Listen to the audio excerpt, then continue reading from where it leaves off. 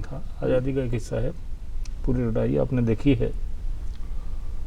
अब कैसा लगता है भारत को देख करके 60 साल की आज़ादी जो हमको मिली, 60 साल तो मिले हुए हो गए, तो कुछ सपने थे, कितने टूटे कितने पूरे हुए, क्या आपको इसमें क्या लगता है आप देख करके? मैं देखती हूँ विज्ञान की दृष्टि से हमारा देश आगे बढ़ा है जी जी ये मैं नहीं कहती कि कुछ प्रगति नहीं हुई है, हुई। लेकिन आप कोई भी चीज़ अपने रिवाज के मुताबिक करेंगे तो ज़्यादा फिट बैठेगी, दूसरे का रिवाज ला के करेंगे, कितना भी चूल काटे बैठाइए, कहीं ना कहीं आप में कमी रह जाएगी, कहीं ना कहीं उस रिवाज में कमी रह जाएगी। नेहरू जी की वो स्वर्ग में हैं, बड़े भारी नेता थे और मैं उन्हें शत शत प्रणाम करती हूँ। उसी समय का उन्होंने भाषा को राजभाषा बना दिया होता, आधी प्रॉब्लम्स आपकी आज की नहीं होती। ये जो प्रांतीयता का भूत आज लोगों पे चढ़ा है उस समय नहीं होता। एक कहावत है, 10 कोस पे पानी बदले 20 कोस पे बानी। जब स्वभावतः 20 कोस पे जाते जाते अइले का गैले और गैले का तो हर घर का भवारे हो जाता है, तो ये तो प्रकृति का नियम है। अच्छा, आपने इतने बड़े बड़े साहित्यकारों के सानिध्य में भी पाया है और उनसे कुछ प्रेरणा भी ग्रहण की है। इस समय का साहित्यिक परिदृश्य आपको कैसा बहुत लगता अच्छा है? सवाल आपने किया है। देखिए, इधर तो बहुत दिनों से आप मेरी आत्मकथा पढ़ेंगी जी, पढ़िए 10 वर्ष पढ़िए मैंने 10 वर्ष मैंने छोड़ दिए थे। बिल्कुल। क्यों जी, छोड़े थे? जी उस वक्त तक पीक पर थी, और वो 10 वर्ष न छोड़ दिए होते तो आज मैं कोने में ये ना लगता कि चंद्रकण मरकर जिंदा हो गई हैं। जी एक्सक्यूज मी। सही बात। मेरी एक सहेली ने लिखा, अरे यार मैंने 10 साल से तुझे चिट्ठी नहीं लिखी, क्यों लखनऊ चिट्ठी डाली थी, तूने जवाब नहीं दिया। मैंने कहा घर वाले भी जवाब नहीं दे रहे, मर गई।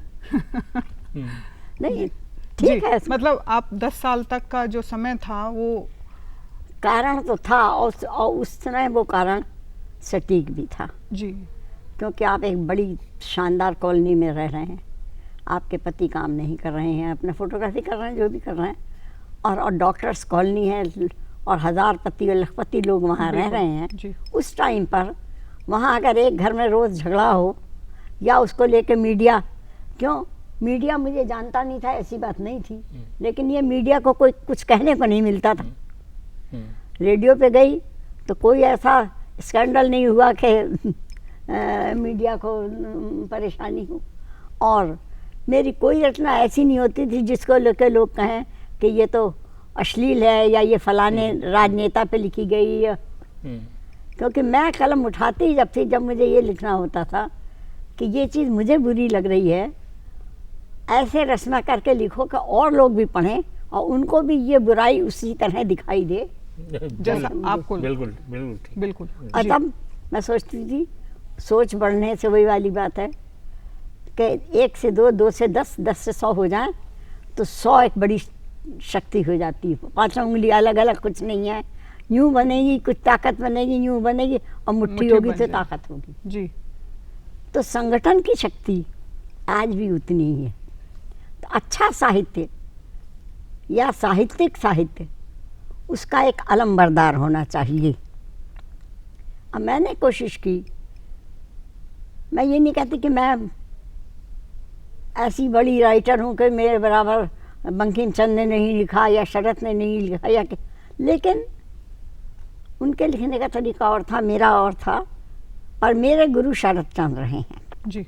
उनकी रचनाएं पढ़कर उनमें स्त्रियों को काफ़ी दुखी दिखाया है, मेरा मन और वो हो गया। मैंने कहा शरत जब लिख सकते हैं, पुरुषों का लिख सकते हैं, तो आप तो मैं स्त्रियों पर नहीं लिख सकती।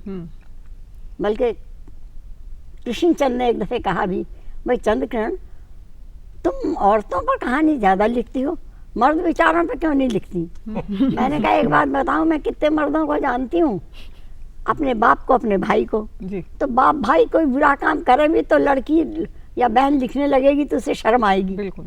तो मैं अपने पिताजी या अपने भाई की कोई बुराई तो लिखूंगी नहीं, लिखूंगी भी तो ऐसी लिखूंगी कि असर ना हो। ये ईमानदारी की बात।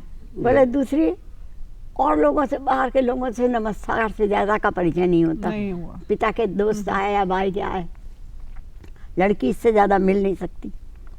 और जैसे अब साहित्य यहाँ शादी हो गई है, कुछ आज़ादी है, तुम आ जाते हो या उपेंद्र नाथ तष्कर आ जाते हैं, तुमसे नमस्ते नमस्ते हो जाती है।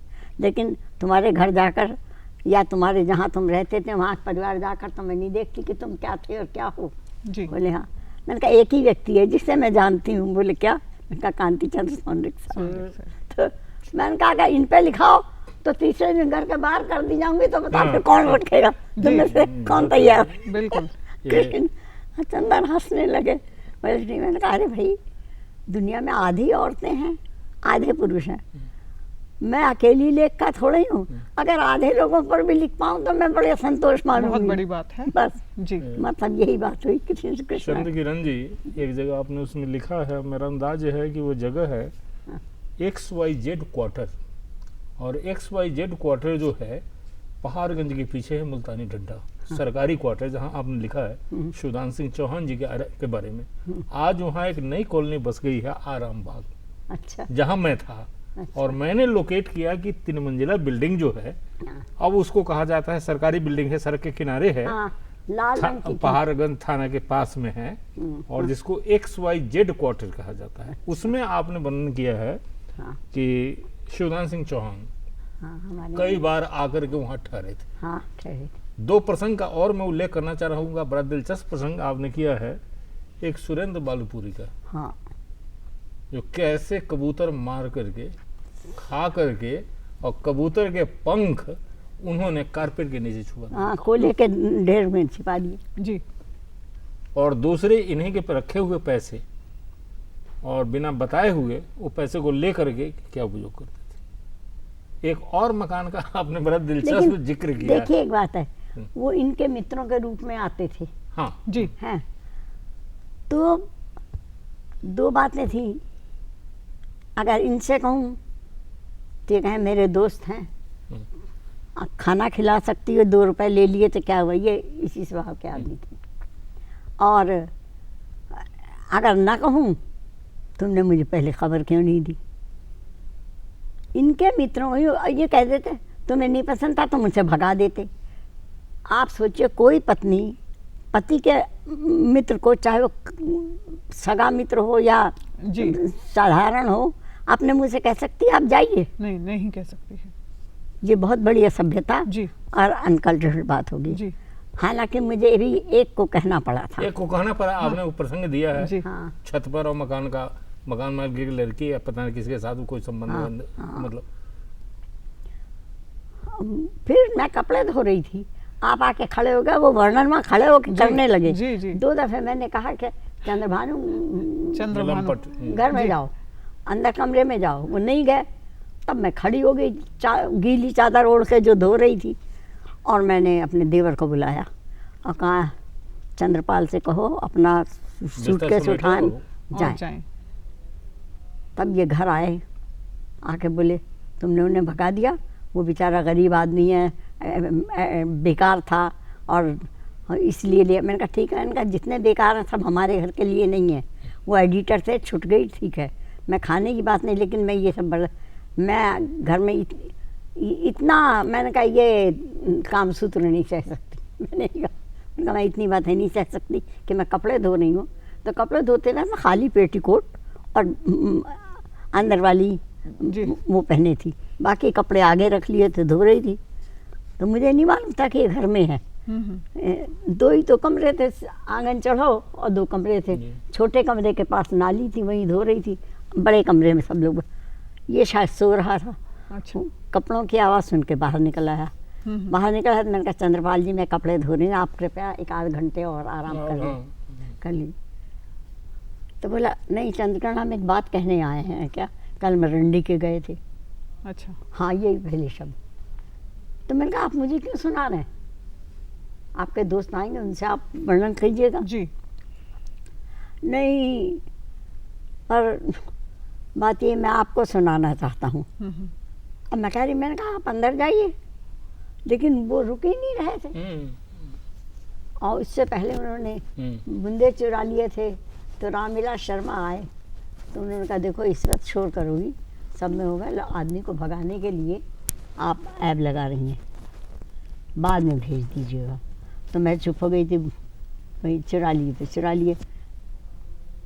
तो असल में वो क्रिश्चियन थे और ये बड़ा दिन आने वाला था, तो इन्होंने अपनी माँ बहन को कुछ गिफ्ट भेजनी थी, पैसे नहीं होंगे, तो उन्होंने वो दोनों बूंदे मेरा बॉक्स खोला और ऊपर ले रखे हुए थे, वो निकाल लिए। जी तो ठीक है, उसके लिए तो मैं चुप हो गई। रामविलास बोले कि इसमें तुम्हारी बदनामी होगी, कुछ लोग कहेंगे किरण ने फिर इस आदमी को भगाने के लिए इसे चोरी लगा दी है, असल में तो ये बड़े दिन के कारण इसने ये किया। मैंने कहा चलो कोई बात नहीं। बोले मैं आऊँगा अगली बार समझाऊँगा कि गृहस्थ के घर में। इसके बाद वो जब उस दिन उन्होंने ये तमाशा किया, तब मैंने कहा तुम सीधे नीचे सीढ़ियाँ उतरो, प्रकाश इनका सूटकेस उठाओ, जहाँ ये कहें वहाँ पहुँचा दो। छोड़ा वो उनको। जी एक प्रसंग का चांदनी पूछना चाहिए, यशपाल वाला जो प्रसंग है, यशपाल जी ने अपने नाटक मैंने उपन्यास का रूपांतरण करने से आपको हाँ। रोका था, और कैसे यशपाल जी को आपने बाध्य कर दिया वो प्रसंग? जी देखिए, प्रोड्यूसर तो थी कमल वर्मा, जी मैं तो एज ए सीनियर राइटर थी, जी तो चीज़ें सेलेक्ट करने का काम तो प्रोड्यूसर का होता। उन्होंने दिव्या का नाम सुना और यशपाल जी का नाम सुना और अपनी बुक में कर दिया, सीरियल के उसका तौर पे कर रूपांतरण। लिया।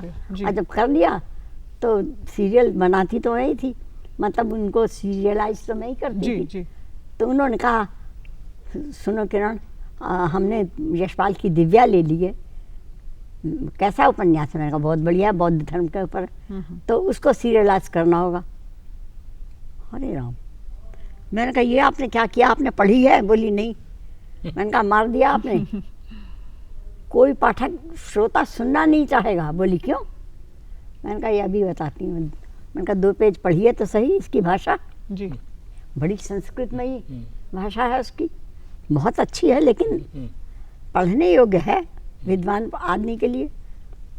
बोलिए अब क्या करें, और कॉन्ट्रैक्ट भी दे दिया, यानी सीरियलाइज करने के कॉन्ट्रैक्ट के भी पैसे दे दिए और वो नॉवेल बुक करने के भी जी दे दिए थे। जी मैंने यशपाल जी को जब फ़ोन किया तो बोले मुझे कोई मतलब नहीं, मुझे तो दोनों कॉन्ट्रैक्ट के पैसे मिल गए। पैसे मिल गए हैं। हाँ, जी। लेकिन एक बात है, अगर मेरे उपन्यास का कचरा किया गया तो फिर आप जानती हैं मैं क्या आदमी हूँ, मैं सारे अखबारों में हल्ला मचाऊंगा। जी मैं जानती थी यशपाल इसमें कम नहीं है, वो तो जिसे कहते हैं ना नंगा नाचने वाले आदमियों जी में। क्रांतिकारी तो थे ही वो। जी हाँ, तो अब मैंने कहा कमल जी एक दफ़े कोशिश करती ही नहीं, इसके बाद आपने तो ओखली में सिर दे दिया है और मूसलों से डरिएगा मत। जी एसडी भी आप पे नाराज होंगे, हो सकता है आपका एक आधा प्रमोशन रुक जाए, और यशपाल जी तो जो करेंगे वो करेंगे ही। तब मैंने एक दिन यशपाल जी से कहा, यशपाल जी आपके घर नौकर हैं? बोले हाँ।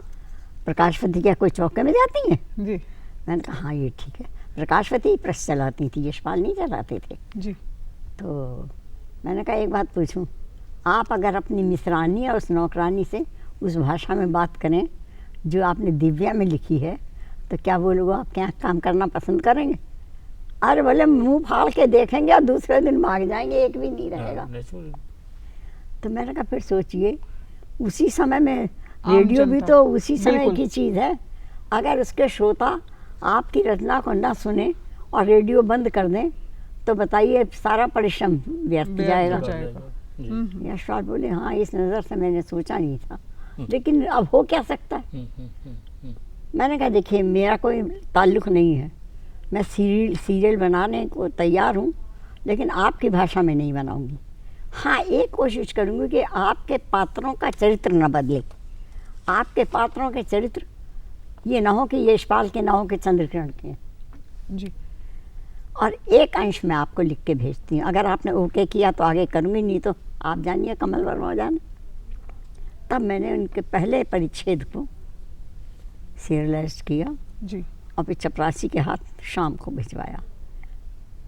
ईश्वर की मेहरबानी है, उन्हें पसंद आ। बोले हाँ ठीक है, भाषा अब अच्छी हो गई है सुनने में। इसके बाद बहुत मशहूर हुआ वो सीरियल। एसडी ने दावत करी सबकी, जितने आर्टिस्ट थे उन सबको बुलाया।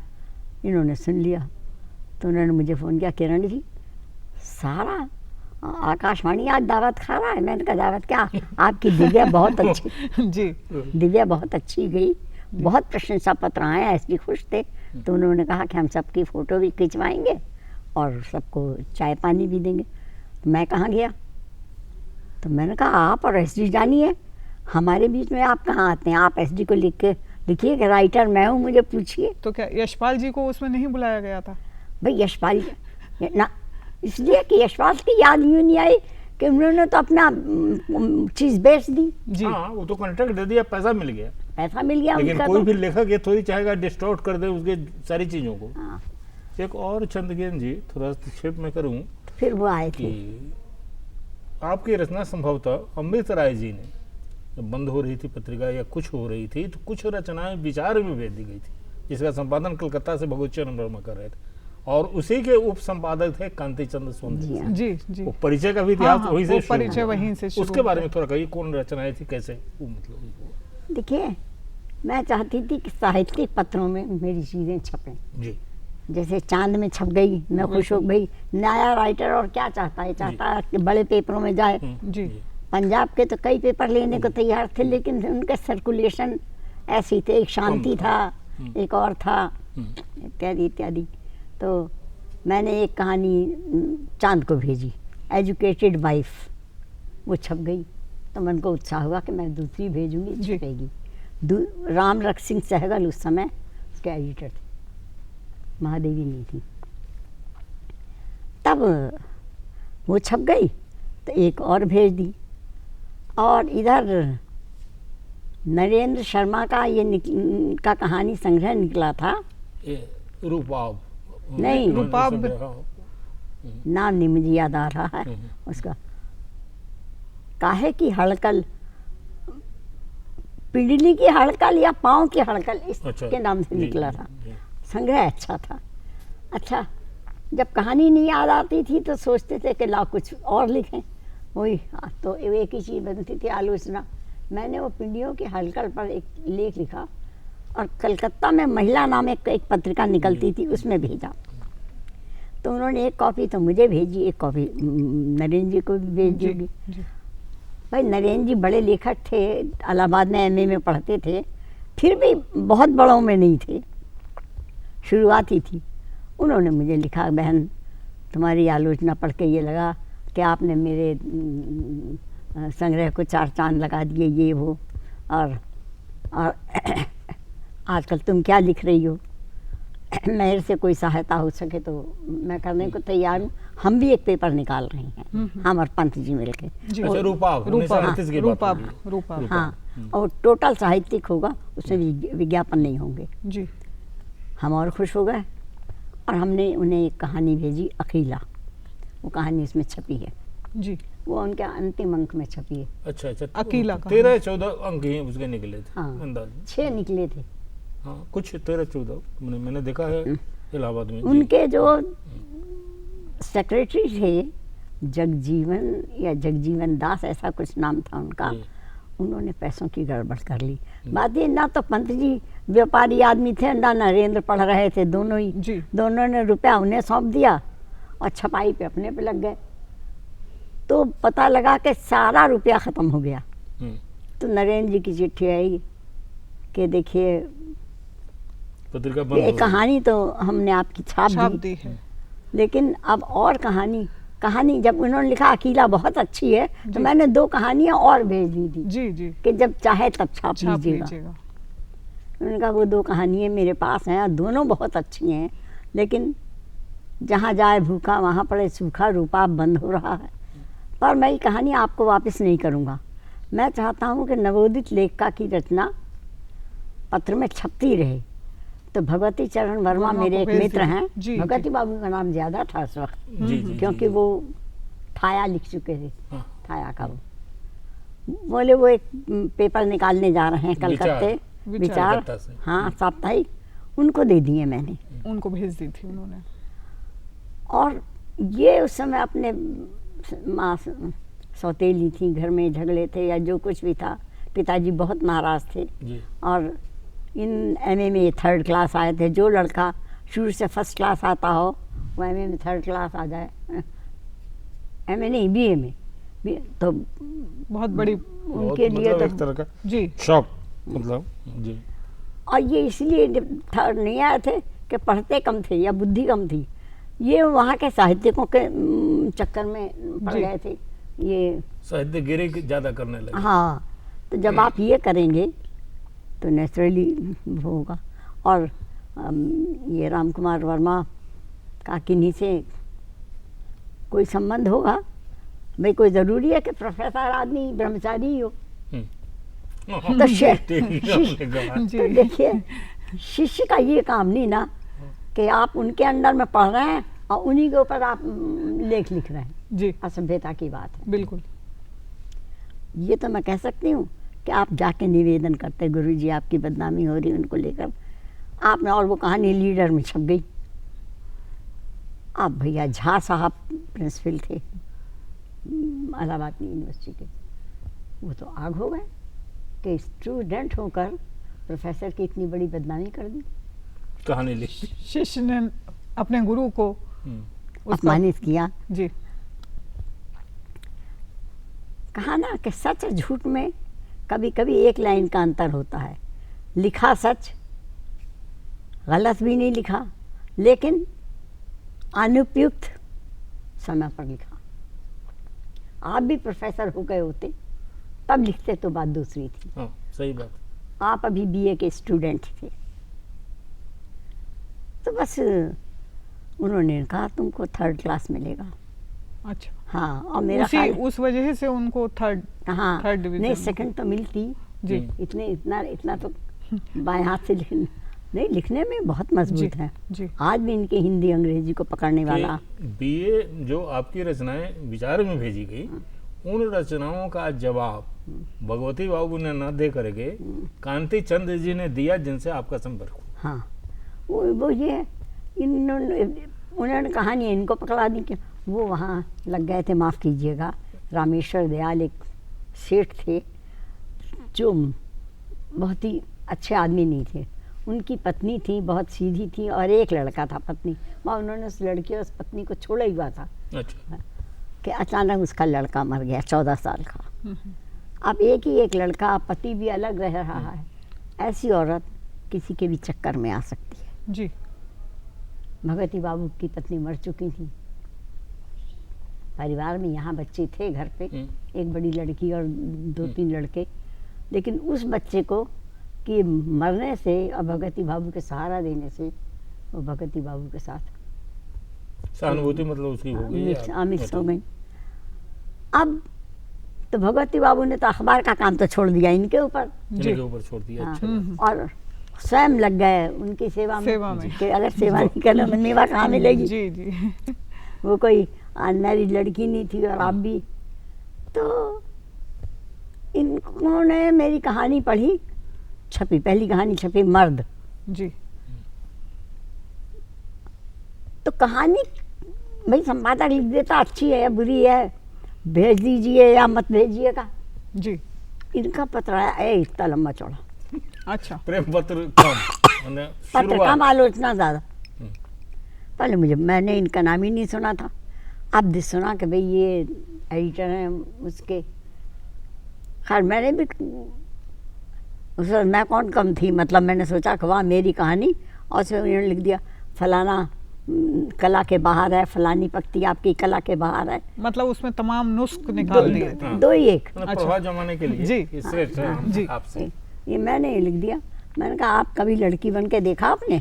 नहीं बन सकते, इसलिए आप नहीं जानते कि कला के बाहर अंदर क्या होता है, महिला के अंदर के मन के अंदर क्या बात होती है। ये बात आप साथ जिंदगी नहीं जान सकेंगे। मैंने सोचा था कि संपादक अब चुप हो जाएगा।